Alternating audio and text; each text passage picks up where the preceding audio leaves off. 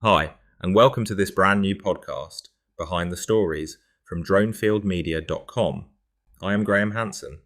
And I am Rebecca Ashbourne. Hello, and thank you for joining us. This first episode is really a gentle introduction. Who we are, what we enjoy, and why stories so often begin in ordinary places. Exactly. This is not an interview. It is the two of us having a conversation. We both enjoy history, travel, old places, and the small details people often miss. And those details are often where my books begin. A strange building, a quiet river, a coastline, an old map. Something real catches the imagination, and then the fiction begins to grow around it. The stories are fictional. The children are fictional. The villages and events inside the books are fictional too, but many of the ideas are inspired by real places, real history, and days out where something made us stop and look twice. That is a good way of putting it. I write warm adventure stories for children. They usually have mystery, friendship, history, and a sense of discovery. I like stories where children are curious, careful, and brave in a believable way. One of those stories is the watchtower at the end of the field. That idea came partly from visiting the Yorkshire Air Museum. I remember looking at the aircraft. Rebecca noticed the tower. I did. The aircraft were impressive, but the tower had a different feeling.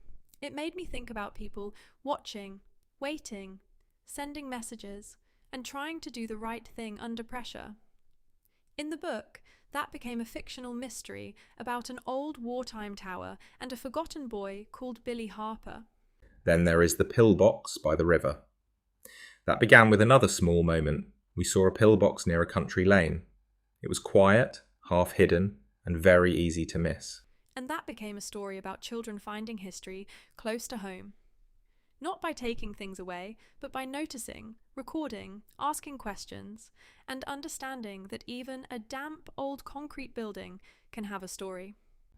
The third book we will mention today is The Smuggler's Map. That one has an old coaching inn, a hidden map, a river, and the mystery of a smuggler from long ago. You can find the books and updates at DroneFieldMedia.com. It is a proper treasure hunt. But again, it is not only about treasure. It is about curiosity. It is about old stories. It is about children realizing that the past can still leave clues in the present.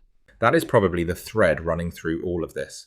We like places that make you ask questions. Why is that building there? Who used it? What happened here? Why has that name survived? And I think children are especially good at those questions.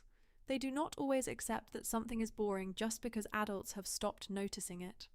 That is lovely territory for fiction. So Behind the Stories is a place for those conversations. We will talk about the books, but also the inspiration behind them. The trips, the research, the places, and the little moments that started everything. In later episodes, we will take more time with each book. We will talk about characters, settings, writing choices, and how real history can inspire fiction without replacing it. Next time, we will take a more in-depth look at our books and where some of those first ideas came from. So thanks for listening. And I am Rebecca Ashbourne. We will see you on the next podcast, which will be out shortly. The full details and links to our books with Kindle versions and ever-increasing audiobooks can be found at DroneFieldMedia.com. I am Graeme Hanson.